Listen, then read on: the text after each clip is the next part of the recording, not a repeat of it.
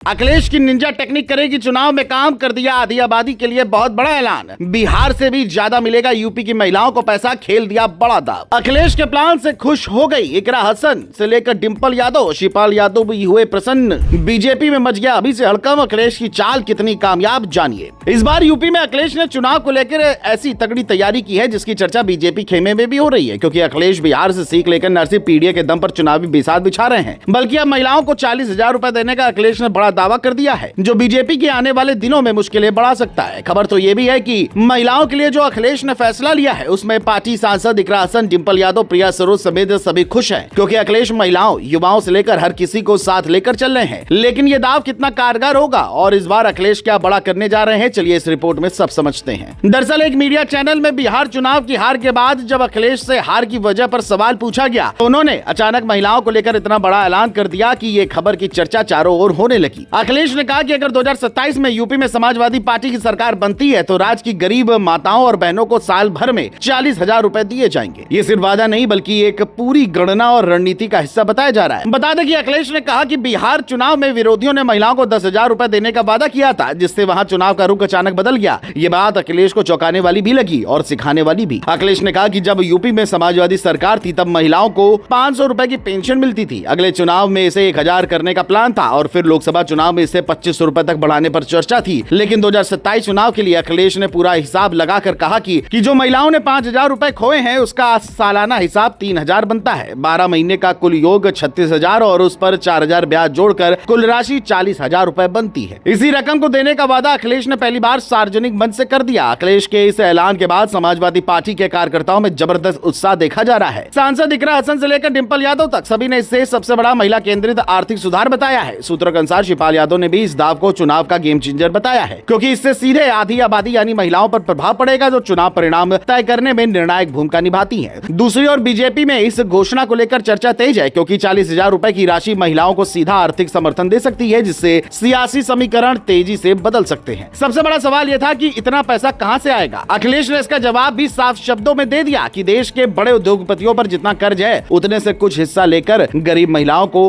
मदद दी जा सकती है। अखिलेश का कहना है कि अगर उद्योगपति दुनिया भर से पैसा उधार लेकर अपने साम्राज्य बना सकते हैं तो समाजवादी सरकार भी उन्हीं तरीकों से उत्तर प्रदेश की आधी आबादी को मजबूत बनाने का प्लान कर सकती है। अब देखना यह होगा कि ये चुनावी वादा कितना काम आएगा।